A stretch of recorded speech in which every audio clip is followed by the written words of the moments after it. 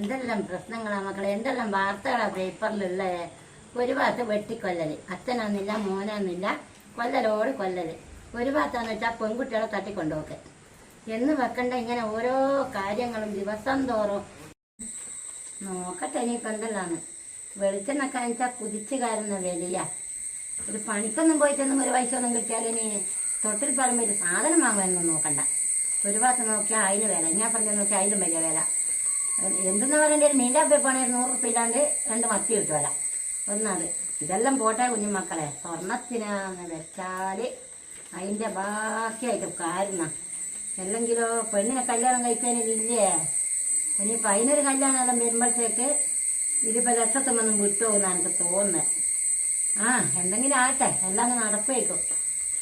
എൻ്റെ ഒന്നും കുഞ്ഞിക്കാലത്തൊന്നും ഇങ്ങനത്തെ പ്രശ്നമൊന്നുമില്ല മക്കളെ. ഇങ്ങനെ ആയാൽ എന്തെങ്കിലും തീരുമാനം നമ്മളെ എന്നൊന്നും കല്യാണം കഴിക്കുന്ന കാലത്തൊന്നും വീട്ടാത്ത തീ പിടിച്ച പൊന്നിൻ്റെ വിലയൊന്നും ഇല്ലേനു. എന്നിട്ടാണ് എന്തെങ്കിലും തന്നിക്കോ, അത് വന്നാൽ 2 or 3 വളം തന്നിട്ട്. ഇന്നത്തെ കണക്കിന് അതൊന്നൊന്നുമല്ല. ഇനിയിപ്പം മക്കളൊന്നും കല്യാണമൊന്നും കഴിപ്പിച്ച് പൊന്നിട്ട് പറഞ്ഞാക്കൊല്ലൊന്നും ഇനിയാവല. ഇനി അങ്ങനെയെങ്കിലും എന്തെന്നാ എല്ലാം കൊടുത്തങ്ങ് വിട്ടൂടാ. അങ്ങനത്തെ ഒരു ഇതെല്ലാം അതിന് നടക്കും.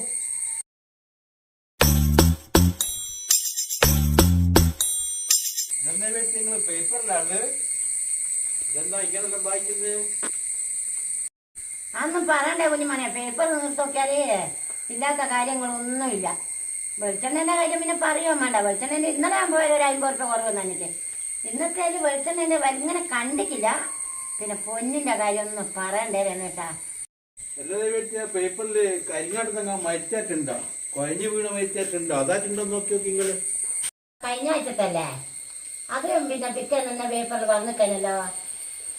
അതെനിക്കറിയാം, എനിക്കറിയുന്ന ഒരാളേനത്. അത് ഞാൻ പിന്നെ പ്രത്യേകം പേപ്പറിൽ നോക്കിയിട്ട് ഞാൻ കണ്ടിട്ടെ, കുറെ ഫോട്ടോകൾ ഞാൻ കണ്ടിട്ടെ. പിന്നെ ഇപ്പം പറഞ്ഞിട്ടുണ്ടാ കുഞ്ഞുമനെ, കൊഴഞ്ഞു വീഴും മരിക്കാൻ തന്നെയല്ലേ ഇപ്പൊ. പണിക്കോയടുത്തുനിന്ന് കൊഴഞ്ഞു വീണ് മരിച്ച്, വേറെ ഇടങ്ങും പോയാൽ കൊഴഞ്ഞു വീണ് മരിച്ച്. അതെല്ലാം നമ്മളിപ്പം കേൾക്കുന്നുള്ളൂ. നമുക്കിപ്പോ സൂക്കേടായി കഴിഞ്ഞിട്ടുള്ള മരണം നമ്മൾ വലിങ്ങനെ കേൾക്കുന്നില്ലല്ലോ. എന്നെ മനെ അതാ നമുക്കിപ്പം കണക്കാക്കി കൂടും. എല്ലാവരും കലികാലത്ത് തന്നെയാണുള്ളത്. ആർക്കും ഇല്ല ഒരു സമാധാനം. എപ്പം നോക്കിയാലും പ്രശ്നങ്ങളും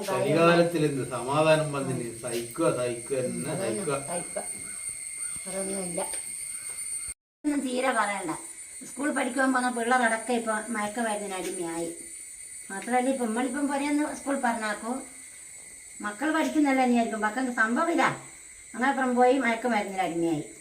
എന്തെന്നാ വേണ്ടി ചെയ്യുന്നല്ലോ. ഇപ്പൊ എന്താക്കുവാനാ, കൊറേ നമ്മള് കണ്ടിട്ടും കണ്ടില്ല എന്നുള്ളത് നടക്കുക വേറെ.